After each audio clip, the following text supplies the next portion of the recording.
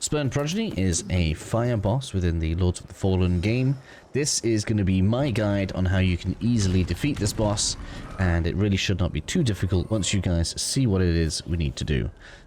First phase then, we can see that we have two different legs along the bottom. Now in my testing, I'm not going to split two different videos here, but the way it seemed was, if you're doing anything other than fire damage, you should attack the fatter fire-looking leg. That one seems to take more damage from that.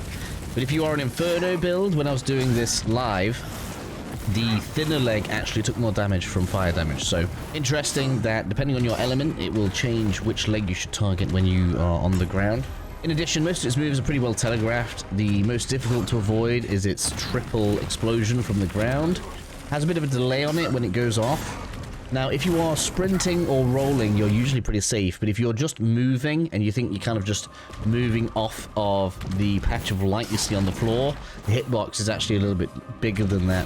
It can be a little bit annoying or kind of disjointed when you kind of feel like you should be safe when the explosion still gets you, but that's just the kind of hitbox it is. So when you see those patches of light coming on the ground, make sure you're either sprinting or rolling and you should be fine. Other moves then, it has frontal slams, which we've seen from a lot of giant enemies before. Not too difficult to avoid. And it has an interesting different foot slam in that it'll lift the smaller leg, which I think is its left leg now that I'm remembering it. I'm not watching the video as I'm talking, obviously. I'm doing this from memory. It kind of lifts its left leg. And then rather than stamping the foot, it actually does a rear butt stomp, which basically means if you try and roll behind it when it lifts its leg, it will catch you. And you're actually safer standing underneath its left leg, still attacking. So when it lifts its leg up, don't panic, just kind of stay there and you'll be able to catch it out nice and easy.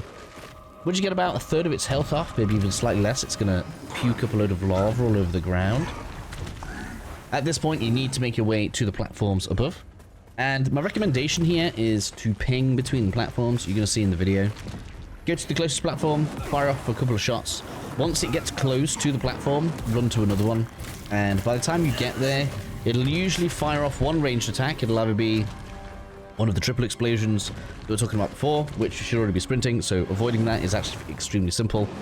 And the other one is like a big AoE fireball, and if you roll out of the way of it, also pretty simple to avoid. Get to the next platform. I actually didn't realize the difference in cast speed here. You can get about 6 radiant bolts off if you're a radiant build, and you can get 5 fireballs off if you're an Inferno build. If you're a physical build, feel free to poison it with something like the Forsaken Grenade, or throw out some of the seals that the Dark Crusader comes with. Rinse and repeat this to continue doing damage. It really isn't very difficult. You shouldn't even take damage in this phase, so just keep on pinging between the two different platforms. Now, as you spend more time in this phase, it's going to try to do some kind of like Nova-ish sun-level explosion, which is an insta-death mechanic. Never really been a fan of insta-death, but that's what we have. All you need to do to avoid this is get behind some of the terrain that is obviously between you and the boss. You'll see kind of like blue misty trailings coming off of the terrain that I'm talking about. It's kind of along the ramparts, so in between the platforms you'll see the ruins kind of in between. Get behind that, you'll be safe as houses just there. Wait till the explosion has passed, and then you can just rinse and repeat until the boss is done. Real easy, this should be nice and simple. Hopefully that helped you out, and I'll see you all in the next video.